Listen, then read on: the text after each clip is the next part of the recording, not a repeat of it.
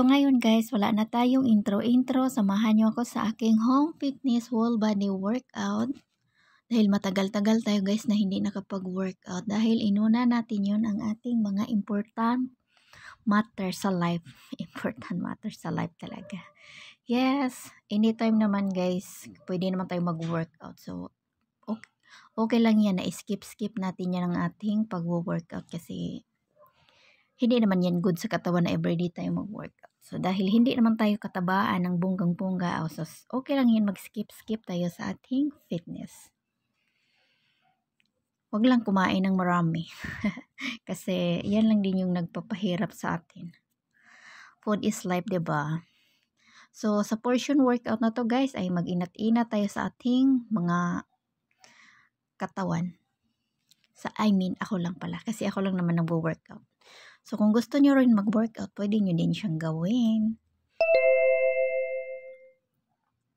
May push-up, ano tayo dito, portion. And then, legs workout, chest workout, and arms.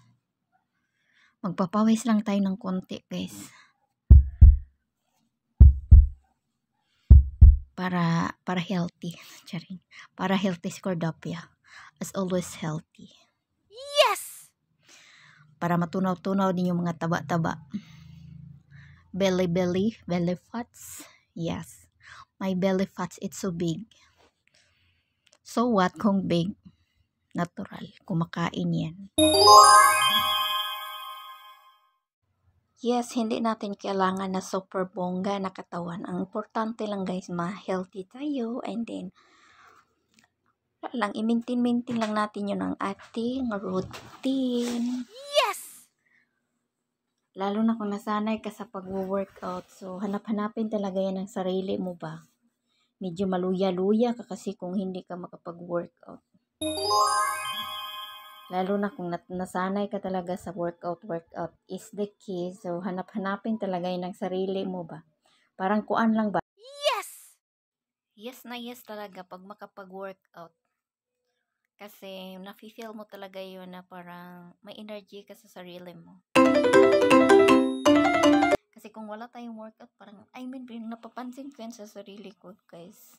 Without workout, parang matamlay, parang walang gana, parang parang nasistress ako sa sarili ko na wala naman dapat ika-stress. So, kailangan talagang magpapawis. Medyo nasanay-sanay na kasi ako guys na nasa workout moment. So, hindi talaga pwede mawala-wala to sa akin ba.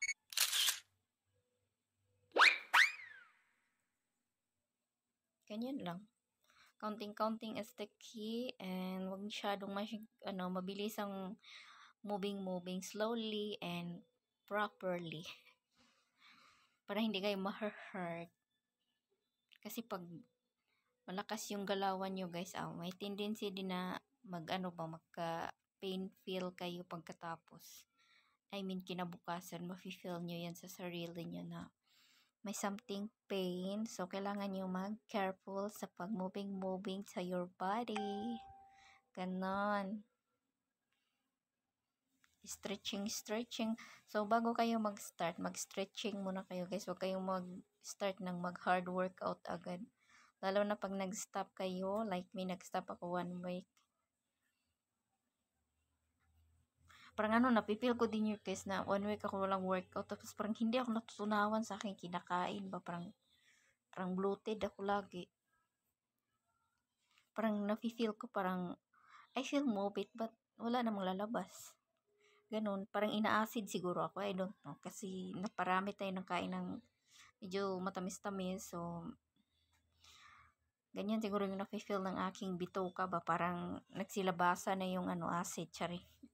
Yes. Hindi nasasanay sa sa sweets.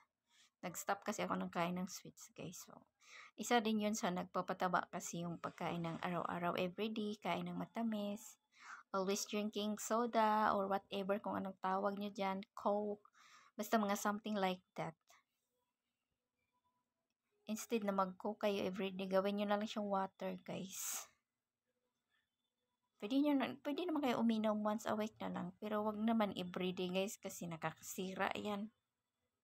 sa inyong health. Pero kung nasanay din kayo mag-inom sa ganyan, hanap-hanapin nyo din talaga yan.